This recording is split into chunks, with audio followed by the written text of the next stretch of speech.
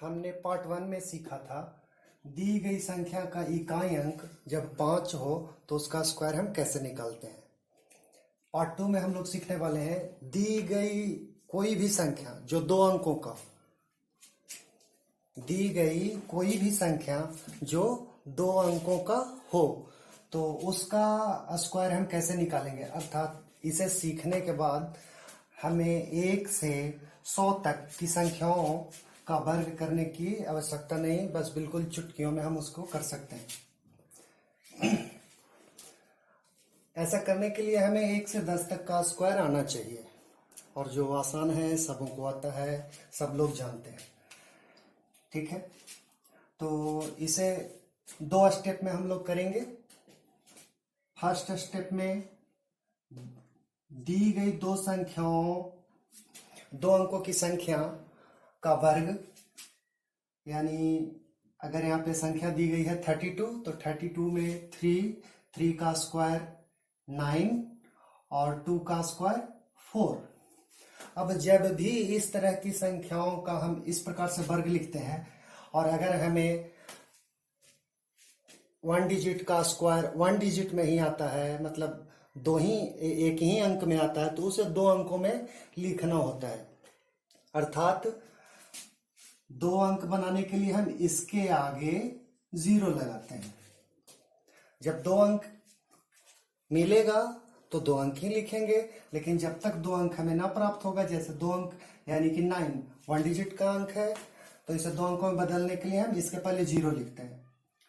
2 का square 4 1 digit का है, 2 डिजिट में बनाने के लिए इसके पहले हम 0 लिखते हैं। ऐसा करने के बाद ये फर्स्ट स्टेप। सेकेंड स्टेप का काम है दी गई संख्या में 3, 2 और ये पावर को मल्टीप्लाई करते हैं इस प्रकार से 3 इंटू 2 इंटू 2 इक्वल टू 3 2 जा 6, 6 2 जा 12।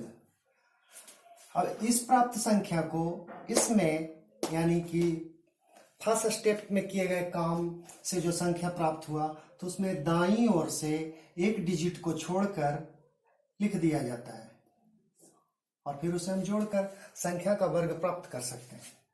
4 2 0 1। तो इस प्रकार से जो हमें 1024 प्राप्त हुआ, ये हमें 32 का स्क्वायर प्राप्त हुआ। इसी प्रकार से अब ये आसान काम ऐसे ही करना। 4 का स्क्वायर 16, 6 का square 36, multiply 4 into 6 into 2 equal to 48। 1 digit को छोड़ दिया जाता है, इस प्रकार से लिखेंगे और ऐसे 6।